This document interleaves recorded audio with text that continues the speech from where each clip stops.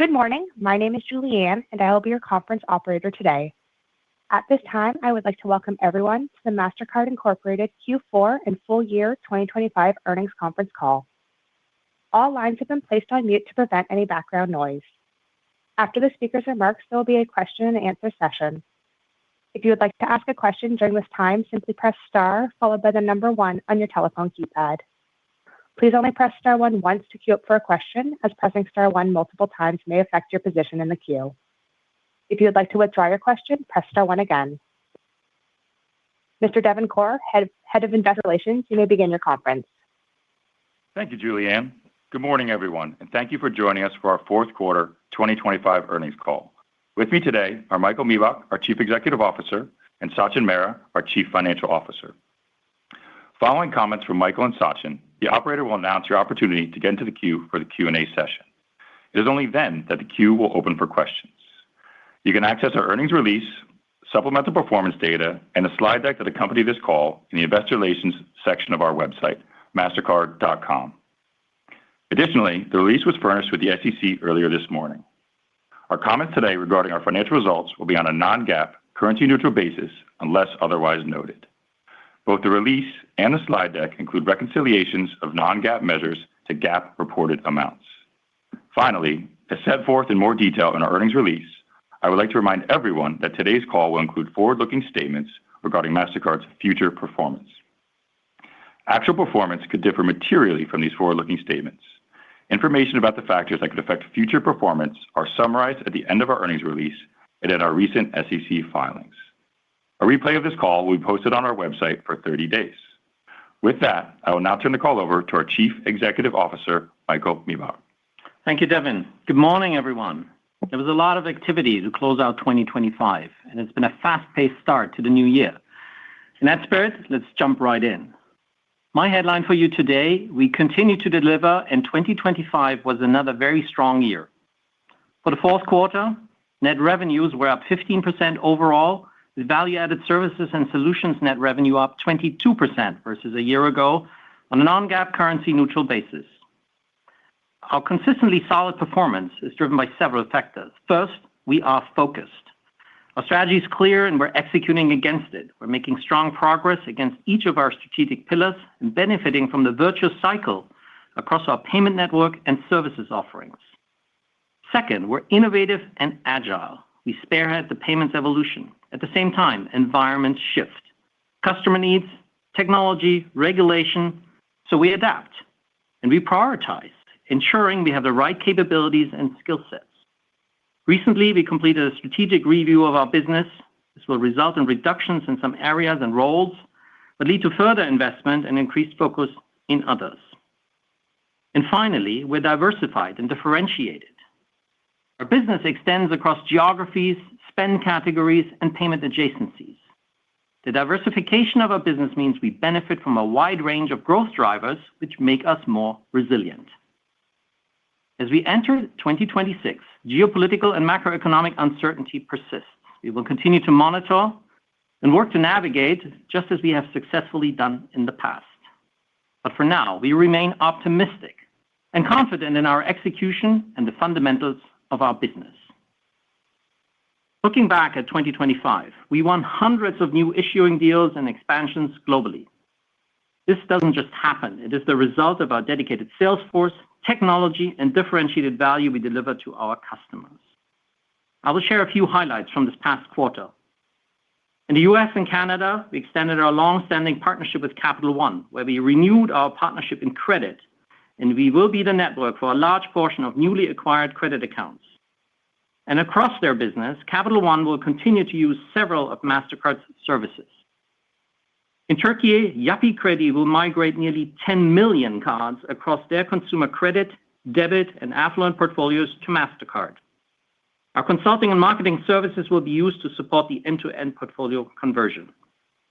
In Latin America, Scotiabank chose Mastercard as their network partner in Mexico, Chile, and Uruguay. Why? They see Mastercard's security, loyalty, and analytics offerings as key to fueling their growth. This builds up on our strong relationship with the bank in Peru and the Caribbean markets. In South Africa, Our modernized real-time payment switch is a key factor in us signing exclusive deals with several players in the market, including Nedbank and Standard Bank. These wins position us to increase our share in the market by multiple points.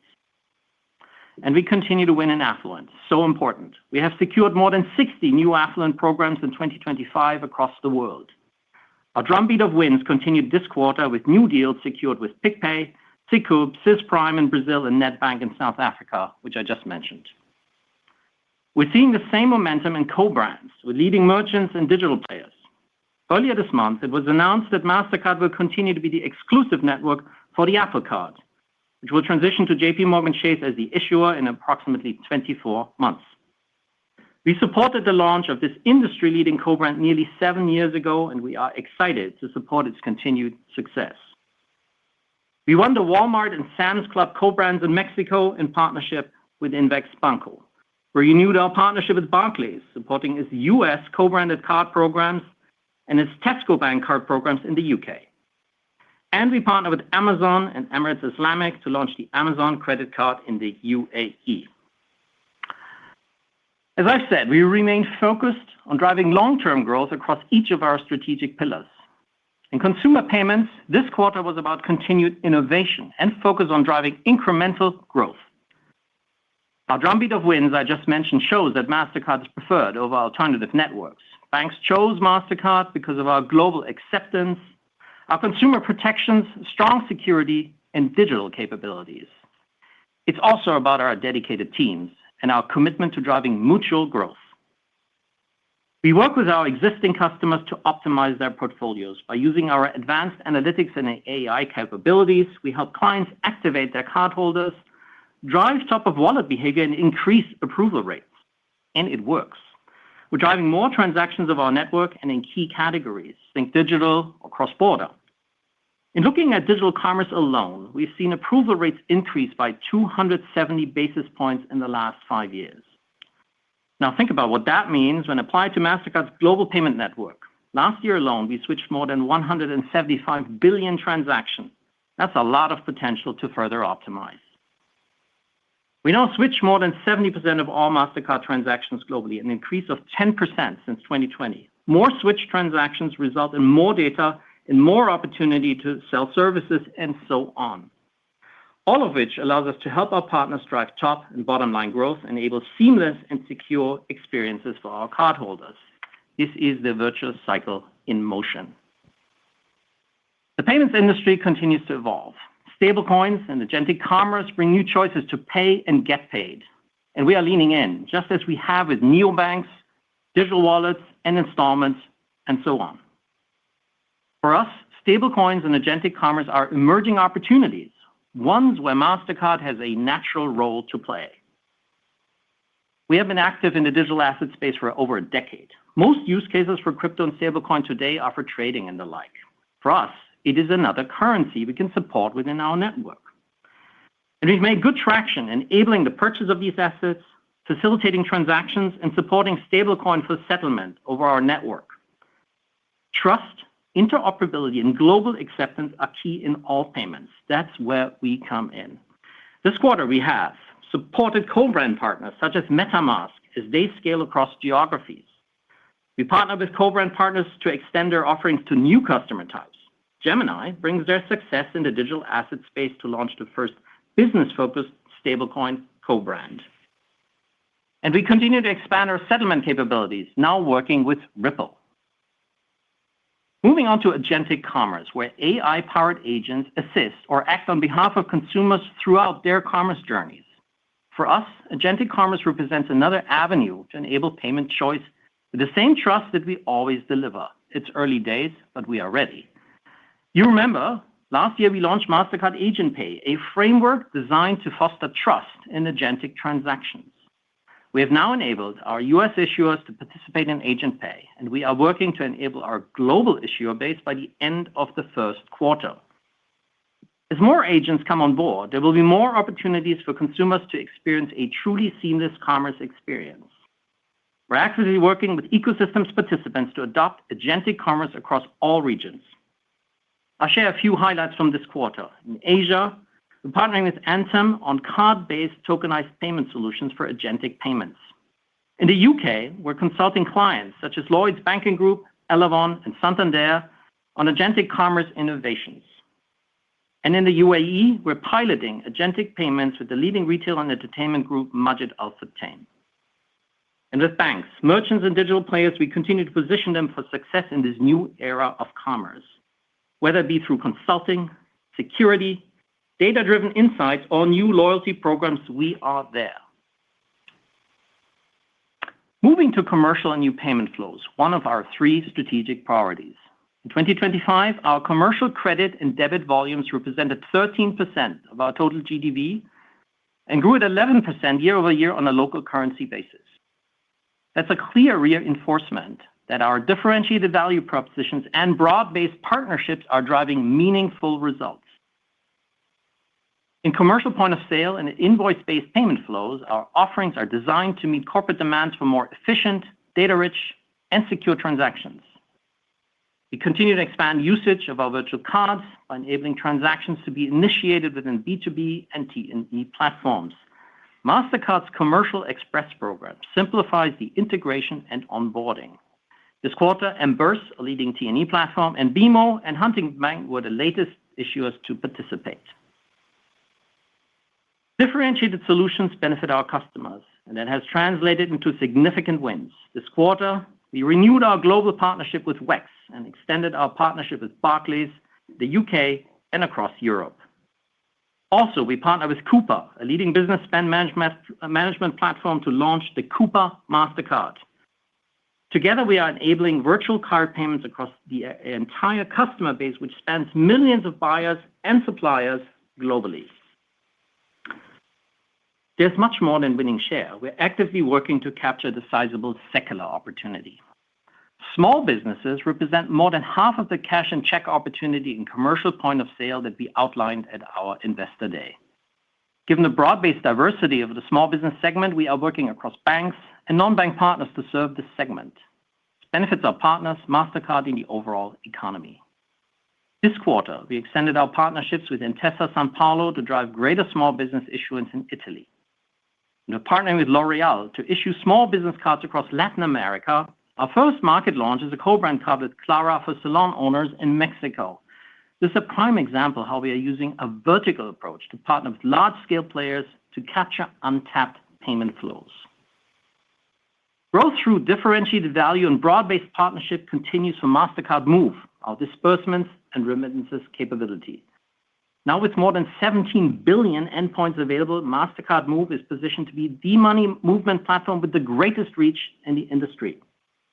Mastercard Move recipients have the option to receive funds across a variety of endpoints, including but not limited to bank accounts, debit cards, and digital wallets, and cash if you want to. We continue to expand our network reach just recently by enabling bank account deposits in Bangladesh, by expanding digital wallets and endpoints in the Philippines through our partnership with GCash, and in China through our partnership with Tenpay Global for Weixin Pay, and with stablecoin wallets through our partnership with Thunes. Our expanded reach and endpoint options are resonating with customers. This quarter, we partnered with Banco Ripley, a subsidiary of the Ripley Corporation, one of the largest retail companies in South America, to offer Mastercard cross-border services to their customers in Chile and Peru. We also partnered with Capital Bank, a leading neobank in Mexico, which is leveraging Mastercard and Corpay's cross-border payment solutions. Our Mastercard Move capability has demonstrated consistently strong transaction growth. In Q4 2025 and full year 2025, we saw transaction growth exceeding 35% versus a year ago. Our extensive reach and market adoption position us well going forward. Turning to value-add services and solutions, we delivered strong performance in 2025 with full-year net revenue growth of 21%, or 18% excluding acquisitions year-over-year on a currency-neutral basis. This growth was broad-based, with consistently strong growth across regions and product groups. Our performance is a clear demonstration of our growth algorithm in action. Let's step through that. We have curated a suite of value-add services and capabilities in large and fast-growing addressable markets such as digital, security, and data-driven insights.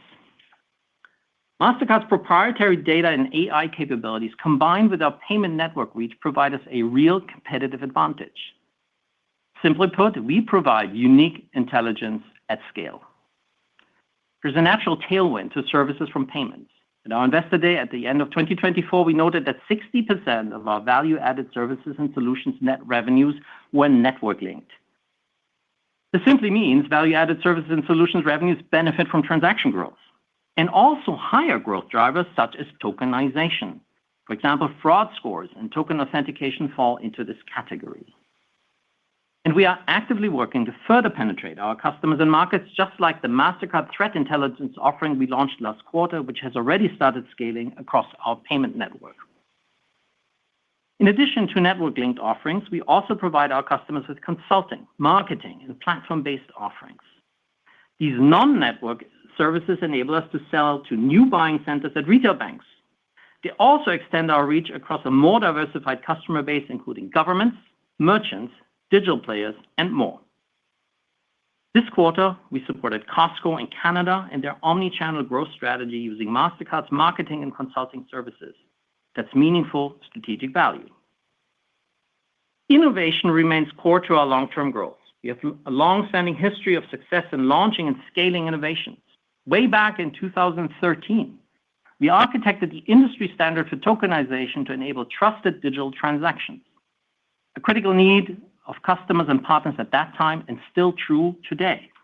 In fact, as of Q4, we have tokenized nearly 40% of all transactions. And we continue to see adoption in both card-present and card-not-present use cases. And with this growth, we're seeing higher transactional approval rates, enabling further services growth. Our innovations continue to deliver real value to our customers and continue to drive financial benefit today. We're adding to that innovation. Now with the launch of Mastercard Credit Intelligence, by using Mastercard's proprietary network data, identity, and open finance capabilities, we can deliver faster credit assessments. For individuals and entrepreneurs, this could mean greater access to credit. For banks, it's greater insights to inform their lending strategies. And that fuels a healthy, inclusive digital economy. It is live in market and seeing adoption across a variety of customer types. In addition, we've launched Mastercard Agent Suite, evolving our consulting practice from AI strategy to now include asset-led engagements. We will design and deploy AI agents within customer environments to drive operational excellence, enhance end customer experience. In addition to directly engaging with customers, we're scaling our services through distribution partners, one-to-many, including FIS, WPP, and Comcast Advertising, who we added this quarter. So with that, I will wrap it up. In summary, we delivered a very strong Q4 and a full year 2025. Our performance is a direct reflection of our growth strategy, deliberate diversification, and focused execution. We're at the forefront of innovation, and we're remaining differentiated versus the competition. This helps us be an agile, trusted, valued partner, especially as markets evolve. We have strong momentum moving into 2026 and remain confident in our continued growth. Sachin, over to you. Thanks, Michael. So turning to page 3, which shows our financial performance for the Q4 on a currency-neutral basis, excluding where applicable special items and the impact of gains and losses on our equity investments. Net revenue was up 15%, reflecting continued growth in our payment network and our value-added services and solutions. Acquisitions contributed 1 PPT to this growth. Before discussing expenses, I am pleased to share that in late December, the company secured various new multi-year government grants related to investments in select geographies. These grants benefit both operating expenses and other income and expense. We expect to realize the operating expense benefit primarily in 2025 and 2026, while the other income and expense benefit will extend multiple years beyond 2026. The Q4 2025 impact reflects the full year value of the 2025 grants, with operating expenses growth improving by around 5.5 PPT and other income and expense benefiting by approximately $135 million in the quarter. These positively impacted each of the following metrics that I will discuss on this page. Operating expenses increased 12%, including a 5 PPT increase from acquisitions, and operating income was up 17%, which includes a 1 PPT headwind from acquisitions.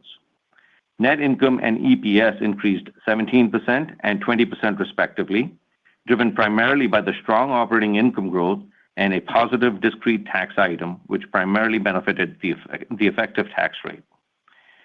EPS was $4.76, which includes a 10-cent contribution from share repurchases. During the quarter, we repurchased $3.6 billion worth of stock and an additional $715 million through January 26, 2026. Now, turning to page 4, let's first look at some of our key volume drivers for the fourth quarter on a local currency basis. Worldwide gross dollar volume, or GDV, increased by 7% year-over-year. In the U.S., GDV increased by 4%, with credit growth of 6% and debit growth of 2%. The growth of our debit portfolio was impacted by the Capital One debit migration, which continued through Q4. Outside of the U.S., volume increased 9%, with credit growth of 9% and debit growth of 9%. Overall, cross-border volume increased 14% globally for the quarter, reflecting continued growth in both travel and non-travel related cross-border spending. Turning to page 5, switch transactions grew 10% year-over-year in Q4. We continue to drive contactless penetration, which in Q4 stood at 77% of all in-person switched purchase transactions. This is up 5 PPT since the same period last year. In addition, card growth was 6%. Globally, there are 3.7 billion Mastercard and Maestro branded cards issued. Turning now to slide 6 for a look into our net revenue growth rates for the fourth quarter discussed on a currency-neutral basis. Payment network net revenue increased 9%, primarily driven by domestic and cross-border transaction and volume growth. It also includes growth in rebates and incentives. Value-added services and solutions net revenue increased 22%. Acquisitions contributed approximately 3 PPT to this growth. The remaining 19% increase was primarily driven by growth in our underlying drivers, strong demand across digital and authentication, security solutions, consumer acquisition and engagement, and business and market insights, as well as pricing. As we reflect on value-added services and solutions growth for the full year 2025, we continue to see strong, broad-based growth, as Michael mentioned earlier. Looking at our organic growth rates, both AP EMEA and the Americas delivered high teens growth. And we also saw at least high teens growth across all the services product areas apart from other solutions. Now, let's turn to page 7 to discuss key metrics related to the payment network. Again, all growth rates are described on a currency-neutral basis unless otherwise noted. Looking quickly at each key metric, domestic assessments were up 8%, while worldwide GDV grew 7%. The difference is primarily driven by pricing, offset by mix. Cross-border assessments increased 17%, while cross-border volumes increased 14%. The 3 PPT difference is driven primarily by pricing in international markets, partially offset by mix. Transaction processing assessments were up 14%, while switch transactions grew 10%. The 4 PPT difference is primarily due to favorable mix and pricing, partially offset by a decline in revenue from FX volatility. Towards the end of Q4 and month-to-date January, we saw FX volatility well below historical norms. Other network assessments were $272 million this quarter. Moving on to page 8, you can see that on a non-GAAP currency-neutral basis, excluding special items, total adjusted operating expenses increased 12%, which includes a 5 PPT impact from acquisitions. Excluding acquisitions, the growth of total adjusted operating expenses was primarily driven by increased spending to support various strategic initiatives, including investing in our infrastructure, geographic expansion, and enhancing and delivering our products and services. This was partially offset by the benefit of the government grants I described earlier. Turning to page 9, let me comment on the operating metric trends. Starting with Q4 and looking at the metrics on a sequential basis. U.S. switched volume growth declined primarily due to the migration of the Capital One debit portfolio. Worldwide, less U.S. switched volume saw a slight deceleration driven primarily by tougher comps, including the lapping of portfolio wins in Europe. Switch transactions were in line with Q3. Cross-border volume remained strong.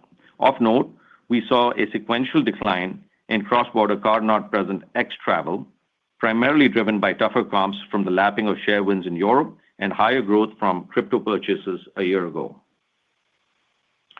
As we look to the first 3 weeks of January, our metrics continue to remain strong, generally in line with the fourth quarter. Of note, U.S. switch volume was flat sequentially as the Capital One debit roll-off was mostly offset by easier comps due to weather impacts in the prior year. We saw a decline in cross-border travel volumes, primarily due to weather-related impacts in Europe this year. Cross-border card-not-present ex-travel continued to be impacted by higher growth from crypto purchases a year ago. Overall, we continue to see healthy consumer and business spending.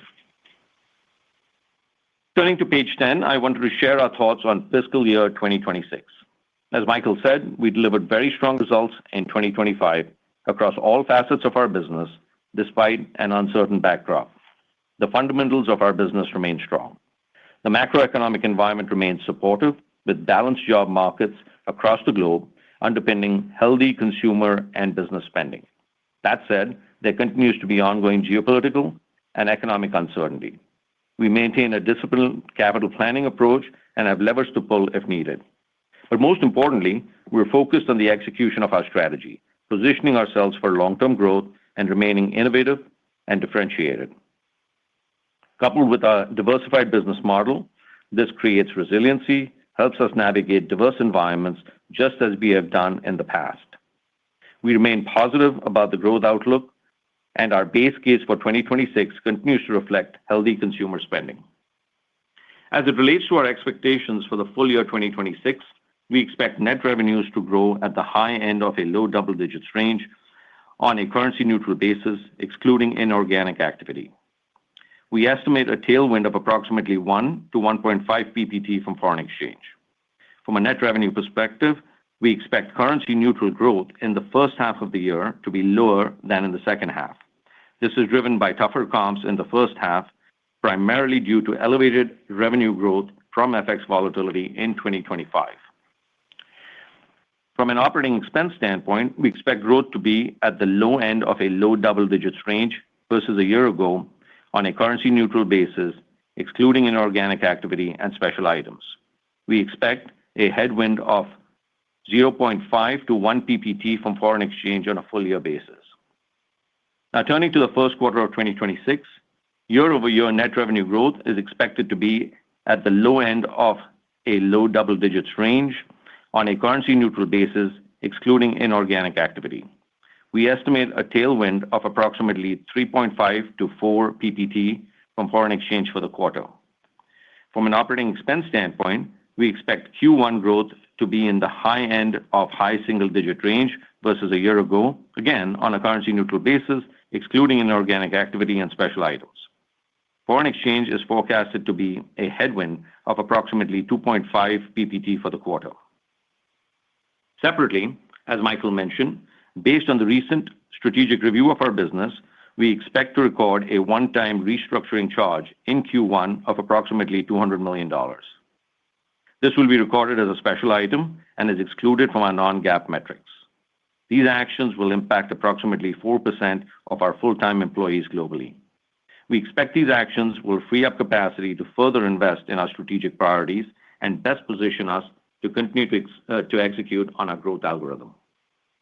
Other items to keep in mind: on other income and expenses, in Q1, we expect an expense of approximately $50 million, including the benefit from the government grants previously discussed. This excludes gains and losses on our equity investments, which are excluded from our non-GAAP metrics. Finally, we expect a non-GAAP tax rate in the range of 20 to 21% for the full year and approximately 19 to 20% for Q1.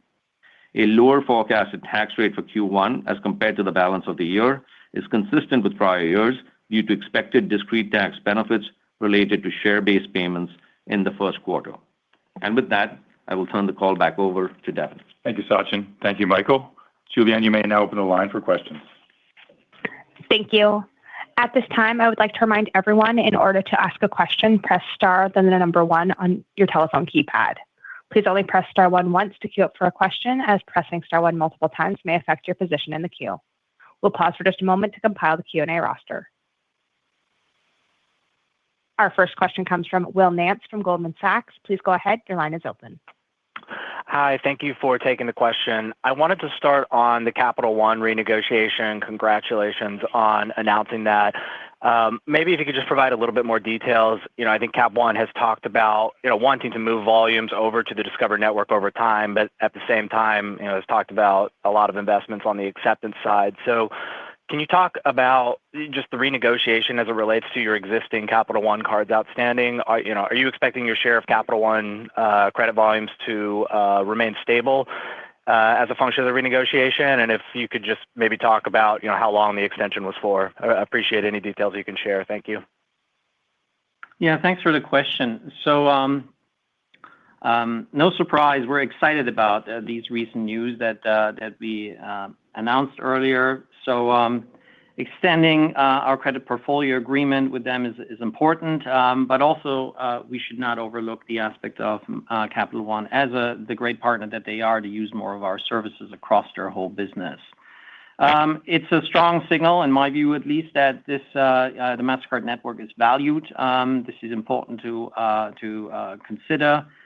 We continue to invest in this network. We continue to invest in our acceptance. We know this is hard to build, and that is really what matters when it comes to affluent portfolios, when it comes to business portfolios, and so forth. So the partnership will continue, but we will continue to invest to ensure that we have a truly differentiated proposition as a partner for Capital One. Appreciate you taking the question. Our next question comes from Sanjay Sakhrani from KBW. Please go ahead. Your line is open.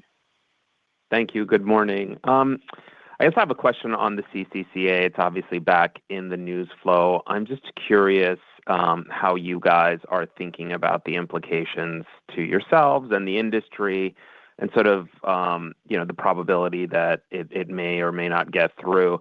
And then just a quick clarification on the Capital One question. I'm just curious, it talks about sort of new account. Is there any volume migrating to MasterCard from Capital One? Or I just wanted some more clarity there. Thank you. Good. Let's start with the first topic, CCCA. Sanjay, as you said, it's back in the news, and yeah, it's been back in the news, but yeah, it's been ongoing for a long time. So this was first introduced in 2023. And, if you take it down to the facts, little progress has been made. A lot of discussions there around that, but also what clearly has emerged is that there's a very united opposition to this proposed bill, as the benefits of the bill are yet to be proven while the risks are pretty clear. That aspect is about taking consumer choice away from consumers. They can really pay the way they want to pay. That choice moves to merchants. This has been discussed in the context of affordability, but there's no particular consideration in this bill to actually pass on any savings. There's a big topic that is often overlooked, and that is the potential risk to cybersecurity. This is a race to the bottom for the cheapest network option, but not the safest. Those are all things that haven't really changed since 2023. But the opposition, based on, focused on these points, has intensified. So the industry is very aligned. We're engaging with regulators at every point to educate and ensure that this is fully understood. So it's also important to understand that the payments ecosystem is highly competitive. Now, the Credit Card Competition Act isn't really about competition. It's about lowering costs without considering all the points I just said. So, there is competition. It's working. It's a highly effective ecosystem. So that is our perspective on it. That hasn't changed. On the probability of this going through, we shouldn't be speculating here. A few moves were made over the last couple of weeks, which haven't succeeded. And I think we attribute that to a continued discussion on the risk associated with this particular regulation. And then, Sanjay, on your question around Capital One, it's like Michael said in his prepared remarks, right? We're really excited about the the new agreement which we struck with them as it relates to new credit issuance. And, that's the extent of what we'll share with you publicly as it relates to the interactions. But suffice it to say, the reality is the customer sees real value with what Mastercard brings. That's the reason, we are actually doing what we are doing in the nature of the credit agreement. And, they're seeing that across the payment network as well as value-added services and solutions. Thank you. Our next question comes from Adam Frisch from Evercore ISI. Please go ahead. Your line is open. Thanks, guys, and thanks for restoring some order in the marketplace as it relates to your stock this morning. I want to address go back to DC for a second. We wrote earlier this week that CCCA is all but dead for now, at least, but would love your views on the topic around a 10% rate cap on credit, which seems like it's a back burner for now, but it's only a tweet away from being reignited. So would love your perspective on how you describe the conversations going on between the industry and the administration to address the affordability issue as it relates to our space. And then if you could also provide some insight around your conversations with issuers and other relevant players in the ecosystem about ways to address the president's concerns without creating a broader crisis in the industry. Thanks. Good. Yes. Appreciate your first comment actually on the order. So the rate cap. It's a really important conversation around affordability, and we shared that it should be addressed. But when you think about the rate cap in particular, here is a proposal that comes with a whole range of consequences if you think through how something like this would be impacted. And the consequence that comes to mind first is, what does this mean to credit access for a lot of the most vulnerable people that may not have access to credit any longer should a rate cap like this be passed?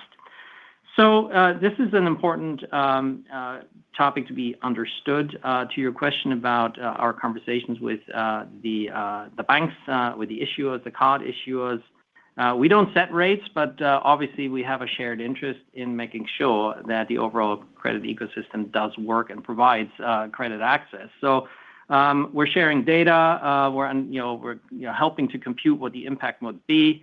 And then it is really understanding from our bank partners where they're going to go. Is it going to be different products? What is there today? Part of this is education. What kind of 0% introductory rates are out there today? Low interest rate products and so forth. So it's a broad conversation that's going on, and across the industry leaning in on the topic of affordability and options around that. So I think overall a constructive dialogue that was sparked. We have yet to see, as I said, it doesn't affect us directly as we don't set rates, but we're actively engaged as an industry custodian. Do you see the administration and the industry having more constructive talks about feasible alternatives here as opposed to a blanket? There's a live dialogue here. I think everybody realizes it's an important topic. I think we need to move to the next question. Okay, great. Thanks, guys. Our next question comes from Ramsey El-Assal from Cantor Fitzgerald. Please go ahead. Your line is open. Hi, thank you so much for taking my question. Michael, could you give us a view on the health of the consumer? It's a very noisy kind of media, political environment with a lot of mixed signals. On the other hand, it seems like the underlying spend volumes are really hanging in quite solidly across the board. What are you guys seeing out there? Any changing patterns, anything interesting to call out? Thanks. Right. It's a great question. When you look back over 2025, over the whole year, and we just take soft data like headlines or consumer confidence data that comes out, on one hand, consumers fill in surveys. At the same time, their spend behavior hasn't actually changed. So that's a pattern that just continues. We see, just taking 2025, it hasn't changed quarter on quarter. We see a truly savvy and intentional consumer. So what the digital economy brings to consumers comes almost back to the affordability topic, is an ability to figure out what's the best deal. What do you want to spend on? Where can you use your rewards to avail something that otherwise you might not do at this time? So it's a savvy and intentional consumer. They're using their loyalty programs, their data to kind of spend on what they want to spend on anyway. So that has been a continuous trend. There is question on how the consumer was affected or not, by some of the tariff changes that we've seen last year, and that doesn't show up in our data either. So it's not coming through somewhere across the ecosystem between importers and big brands. It's all been adjusted in a way that it hasn't really affected consumer spending. At least we cannot tell that. There's conversation on how does the whole spend pattern change when you look across higher income bands and lower income bands, and what we see across the board, in the light of a job market that is supporting paychecks and people are spending those paychecks, and the wealth effect on the other hand. So there are different types of supporting kind of factors around that support overall affluent spend as well as lower income spend. So that hasn't really changed. And Sachin talked about it earlier. The first 3 weeks into January, we see this continue. Now, if you zoom out and you look across the world, these patterns are different by region here and there, but the aggregate top line is that consumer spending remains healthy is the same. Got it. Thank you. Our next question comes from Craig Moore from FT Partners. Please go ahead. Your line is open. Yeah, hi. Thanks for taking the questions. First, there's been quite a bit of FX volatility in the past week, which makes a nominal guide a bit of a moving target. Can you talk about the sensitivity of the overall business to FX rate moves these days, and when you set the FX rates for the guidance? And secondly, VAS grew, regardless of how I look at it, VAS growth accelerated significantly in 25 versus the growth in the rest of the business. And so I'm curious if this is a trend that we should expect to continue in terms of the relationship between VAS revenue growth and however we look at it, whether it's purchase volume or process transaction growth or whatever metric you prefer. Thanks. Sure, Craig. So let me just take both questions here, which is from an FX volatility standpoint. I'll be humble enough to tell you I have no idea where FX volatility is going to be tomorrow, as it's going to be in the remaining part of this year. So what we do is we take our best estimates of what we think it's going to be. We look at long-term averages. We kind of look at, what the general environment is. And, on the basis of that, we build in our best estimates. In quarters in which we see outsized benefit come from FX volatility, we call it out, as we did in the first and second quarter of last year, right? And in other quarters where we see record low levels of FX volatility, we'll call it out as well, as I did today. So look, the reality is super hard to predict, right? And the impact to our business, as you can see, is the fact that I'm calling it out means it does have an impact on our business, in particular in the transaction processing assessments line, right? So that's kind of important for people to know where it kind of sits from an overall perspective. The more important thing here, though, is Mastercard is actually delivering some incremental value to our customers, which is why we actually generate the revenue associated with whether it's good volatility or bad volatility. The reality is we're delivering currency conversion services, which means that our customers are seeing value in terms of what we're doing, and allows us to actually, participate in that volatility to the extent it's high, or then, the detrimental impact of that volatility to the extent it's low. So that's kind of point number one. On VAS growth, super pleased with the results. The company continues to be very focused. It's an important part of our various strategic pillars. You can see that the growth rates are healthy. I'll go back to what Michael said in his prepared remarks, right? Our business in terms of how we actually operate, our VAS portfolio is very tightly intertwined with what's going on in the payment network. Let's stop there, right? The payment network brings volume onto the system. It brings data. Data enables the creation of VAS solutions, and that allows this virtuous cycle to keep going. As it relates to the growth, we continue to remain very encouraged about the growth prospects from a VAS standpoint. We shared with you previously what the building blocks of that growth are. Let's start with the fact that if there's underlying growth in drivers driven by, what we're doing in the payment network, there's an attach rate which is related to that, which actually helps growth take place. In our Investor Day, we talked about how approximately 60% of our VAS revenues are network linked. So if you see the payment network growing and the underlying drivers growing, you're going to see that the growth of that come through. Second, we're in the business of actually really increasing the attach rate to the extent there are new solutions we're putting out in the market. Doesn't mean that every new solution that we put out in the market is necessarily network linked, but those which are allow us the opportunity to continue that growth algorithm. Third, we're increasing the penetration of these solutions with our customers globally. So the color I gave you in my prepared remarks today about the fact that our VAS growth is broad-based gives me confidence that this is not episodic in one particular region. We kind of talked about how across AP, EMEA, and Americas, we're seeing good growth from a VAS standpoint, as also across the various elements of our services portfolio, we're seeing good growth. So that's kind of pretty comforting to me to see that we are actually executing across that VAS growth algorithm in a meaningful manner. And the last point I'll make is enabling this growth has been the constant look we do from an innovation standpoint organically, and we've done a bunch of new innovation which we've announced, but also what we're doing to expand our addressable market. And examples of that would be things like Recorded Future, which takes us into new and different and fast-growing spaces like threat intelligence. So if I had to bring all of this together for you, I'd say, good solid growth in VAS in 2025, and we continue to remain encouraged about the prospects from a growth standpoint, from a VAS standpoint, going forward. Yeah, we're going to add a point here. This is, what's really important here is the differentiation, because when you look at the competitive landscape in services, there's specialist companies out there that focus on cybersecurity. There's loyalty companies out there. There's really not a company out there like us. So it puts us in a very differentiated position here. We have the payment data as Sachin laid out, and we can build a set of services that are truly unique. It's a very curated set of services. We keep getting the questions from you and now and then, what is actually in services? But if you think about it from the perspective of cybersecurity solutions, data insight solutions, those are all, the types of services that ground it in fundamental growth drivers and needs of the growing digital economy. So differentiated underlying growth drivers, everything that Sachin just said.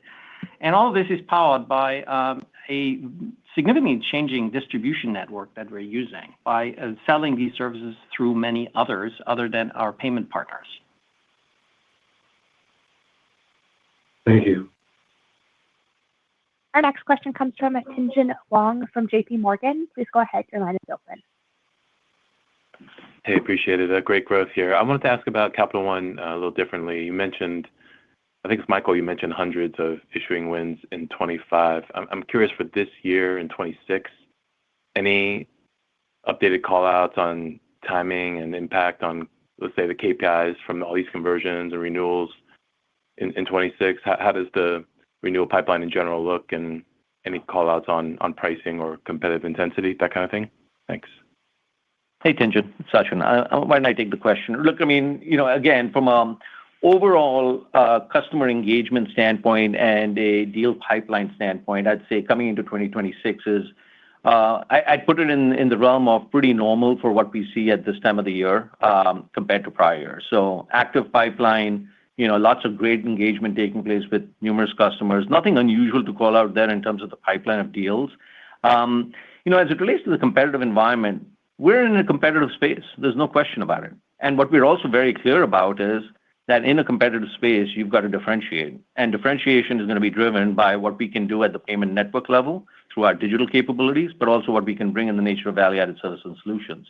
So this virtuous cycle piece kind of comes into play again. And we're seeing ourselves actually be able to participate and actually grow in such an environment, which is very encouraging. So I think it's a competitive environment. We have, very what I would call formidable competitors out there, but, I feel very good about our ability to compete given our suite of services and solutions as well as our payment network capabilities that are out there. So net, here's what I'd share with you, which is feel encouraged about the robustness of the pipeline, and we'll keep doing what we're supposed to do in terms of actually driving with our customers to deliver value to them. The last point I'll make is I don't expect, and I certainly hope that we don't win all deals. We want to win the right kind of deals. We've said this in the past, and we will be very focused on doing that, which is making sure that we want to win those deals which are fast-growing, which are cross-border heavy, which are ones where we can bring our services to bear to actually drive incremental growth for the issuer. That's really important, because if you can't drive incremental growth for the issuer, the whole idea of being able to take the deal over from the other network is kind of redundant from an issuer standpoint. So we really got to push on that, which is the way we kind of go about doing what we do. Yeah, I think it's a really important question, Tien-Tsin. So, when you look across, I was just looking back at my prepared remarks, 16 minutes, and you see all the wins in there. So the pipeline is healthy. But it sounds like maybe it's broad stroke. We are very focused, based on what Sachin just said, the focus on affluent, for example, on cross-border, on really high-octane kind of partnerships that help our customers, but also us, really important. And then, as I called it out, it's not just about share, it's about secular opportunity. So wins in the secular opportunity context are just as important when I think about small business, when I think about B2B and so forth. So full on. Really full on. That's the plan for 26, but not for everything, as Sachin just said. Yep, no, that's very good detail there. Just forgive me for asking one other clarification question. Just if it looks similar to 25, can we infer that the rebate incentive outlook is also similar? Yeah, here's what I'd share with you. I'm not going to give you a full year rebate guidance, but what I will share with you is that in Q1, we expect our contra as a percentage of payment network assessments to be flat to slightly down sequentially compared to Q4, very much in line with what you've seen in the past. Terrific. Thank you both. That's what you really wanted to know. Our next question comes from Darrin Peller from Wolfe Research. Please go ahead. Your line is open. Hey, thanks, guys. Nice job. Just following up on guidance for a minute. When you look at the trajectory of it, obviously starting off and then calling for maybe a slight acceleration as the year progresses to the high end of low double digits from the low end of low double digits. Maybe just remind us the puts and takes as the year progresses. And then more importantly, just the inputs. What are you assuming the consumer does and spend volumes do both cross-border domestically? What are your thoughts on the potential for more stimulus? Is that embedded in your guide?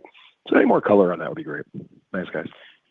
Sure, Darren. So our base case, which is the basis of the guidance that we shared with you, is that consumer and business spending remains healthy. That's kind of our going in position because that's what we've seen, right? And like Michael said earlier, there are different numbers as it relates to the soft data from a sentiment standpoint, and then there's the hard data. And that's what we kind of see. We've kind of triangulated around the best we can, and it's, our base case assumes a strong consumer.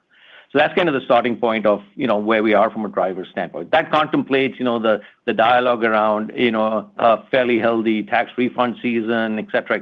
All of that's taken into consideration. Again, recognize there's the U.S. and then we're a global business as well. We've got 70% of our business roughly coming from overseas markets. So I think It's important to kind of think about in that whole context.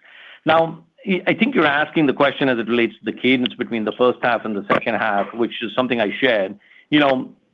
I've given you full year guidance, and I've kind of said that we expect the growth in the first half to be lower than in the second half, and that's primarily driven by the fact that you've got tougher comps from an FX volatility standpoint. We called this out last year where we talked about first quarter, second quarter of last year, higher FX volatility. I called out how we're seeing lower FX volatility, coming out of Q4 and into the first 3 weeks of January. Something to keep in mind. And, the reality is that's really what primarily explains the difference in cadence, which is there between the first half and the second half. Okay. Thanks, guys. Our next question comes from Trevor Williams from Jefferies. Please go ahead. Your line is open. Great. Thanks very much. Sachin, I think you called out pricing as a driver across every revenue line this quarter. So just how should we think about the durability of what we're seeing come through across each of the line items, especially on cross-border, which has seen a nice pricing tailwind over the course of the year? And then in terms of magnitude, just what you're building into the guide for 26 for pricing relative to 25. Thanks. Yeah, I think it's important to actually understand how we go about thinking about what we do and what we call pricing as well, right? It's kind of very much a function of, what is the nature of products and solutions and services that we have delivered, whether they're brand new in nature and or they are, modifications or improvements in terms of delivering incremental value to our customers, which comes into play. So there is the impact of, what we've done last year, and not everything starts on January 1, so there's the lapping effect of that which comes through in the following year. And then what do we see in the nature of pipeline of new capabilities that will deliver incremental value to our customer that we will price for, that we build into our forecast? Trevor, I'm not going to get more specific than that as it relates to, how much of that there is, just because at the end of the day, a lot of this is a function of our ability to be able to deliver everything we've got in the nature of the pipeline in terms of new capabilities and new value, which will actually ultimately result in how much we generate in the nature of pricing. Okay, fair enough. Thanks. Our next question comes from Harshita Rawat from Bernstein. Please go ahead. Your line is open. Hi, good morning. I want to follow up on your recent announcements on agentic, including the suite you just announced. It's early in this era, lots of experimentation happening, but maybe help us frame the different pieces of the capabilities here. You have the identity trust layer, now the platform for custom AI agents.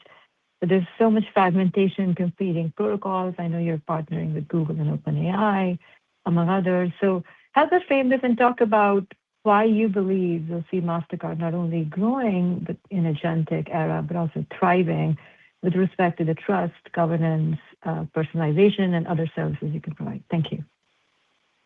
Thank you, Harshita. This is a great question. What an exciting space. And might be one of those use cases, AI-driven use cases that meet our reality much faster than other AI use cases out there. So I think agentic commerce is going to come fast. So this whole idea of a consumer using an agent to drive, have a better commerce journey, I think that just resonates with people. You get better quality insights, you get better recommendations. So from that perspective, that's just kind of the starting headline. And hence, when you then build out from that, we've been at this for over 8 months now with Agent Pay, launching that as our framework around recognizing agents, ensuring identity, and then bringing all the protections of payments into the world of agentic commerce. So those are all consumer protections and user experience journeys that are understood by consumers, also by our partners. Take a Google, for example. So this isn't new, and which gives me great confidence because it's understood and it can be delivered at scale. We're a really important partner in this whole journey. So there's new entrants, LLM companies that haven't been really in the commerce space, contrary to somebody like Google maybe. So yet again, that puts it on us to engage with these partners. From the outset, we ensured, as we do in other emerging payment spaces, that the standards are set. We put out protocols, others put out protocols. There's a question, how do these protocols all interact with each other? Well, it's the focus on consumer protection, safety, security, and cyber, and registering agents and making sure they're real and all of that. That is really driving this, and these protocols generally reinforce each other. So from that perspective, we feel we are very centered here. The cards ecosystem brings a lot of value, and that is understood, and it will bring it into this space. So then you kind of ask yourself and say, well, from here on, what's different then? Well, new relationships are being built, and of course, we're stepping forward with a differentiated set of solutions that we can offer. We just talked about services earlier. That's an opportunity. You can start to see that there's a transaction opportunity in all of this because a basket might be spread over many merchants.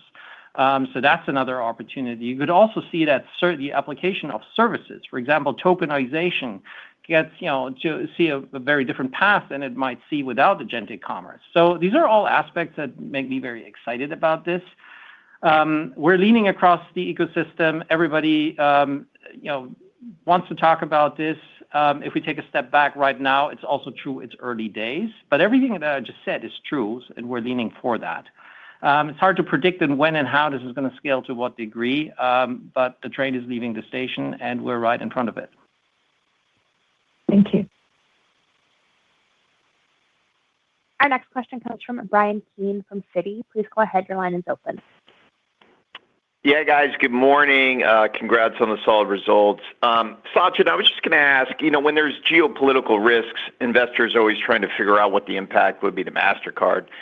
And you talked about, levers and mitigation efforts that you guys use. Could you just talk a little bit about some of the things that you could do or pull or, things you've done in the past when political things have popped up to kind of mitigate downside to top line and bottom line? Thanks. Yeah, so it's a very important topic. We are probably one of the most global businesses, 220 countries and territories. So, as I said in my prepared remarks, we're monitoring geopolitics all the time. We have through the past years, and we're doing so today. It's really important for us to understand that this is not just about geopolitics. If you look at our business model, we're aligned in terms of our interest. With banks around the world. We're aligned with merchants and companies around the world. Our focus on driving an inclusive digital economy aligns us with broader populations and NGOs and so forth. So it's not just about the politics when you look at the geopolitical landscape, and we're engaging with all partners. An important aspect of this is we don't do the same thing everywhere. This is not a off-the-shelf kind of solution that Mastercard brings. We always strive to understand the local needs, the local considerations. Of course, it's very different in Africa, which is why we partnered with MTN. It's very different in the UAE versus Europe. We just announced in October last year that we're bringing 3 additional data centers into Europe, $250 million of investments on the ground to drive better resilience and competitiveness for Europe. So these are all aspects that we can do today because we've invested in our technology. We continue to invest in our technology.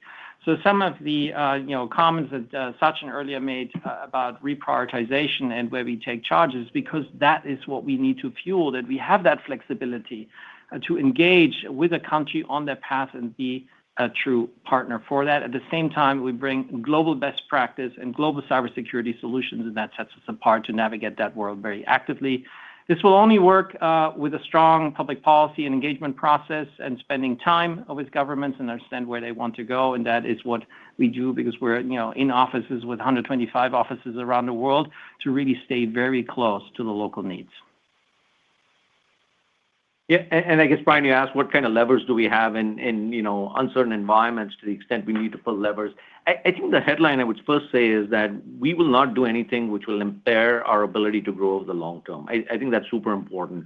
But all of that being said, there are several levers we've got. We've got levers which we executed in the past in terms of taking a look at where are we expending our dollars? Are they in favor with our customers? Are they things which are going to deliver returns in the near term, medium term, or long term? And we will pull those levers. This could be across all our expense line items, everything from personnel to our A&M spend to our T&E, pro fees, you name it, right, at the end of the day. And also remember, we do have a component of our revenues which come with cost of goods sold. And so if to the extent you're asking what kind of levers are there because revenues start to actually decline, revenues coming down has a natural effect of bringing cost of goods sold down as well. So sufficient levers, we'll never be complacent around this, but I do want to leave you with one thought, which is we do care about investing for the long term, and that's something we will continue to do through up and down cycles because the set of opportunities in front of us is so big that we shouldn't lose sight of that.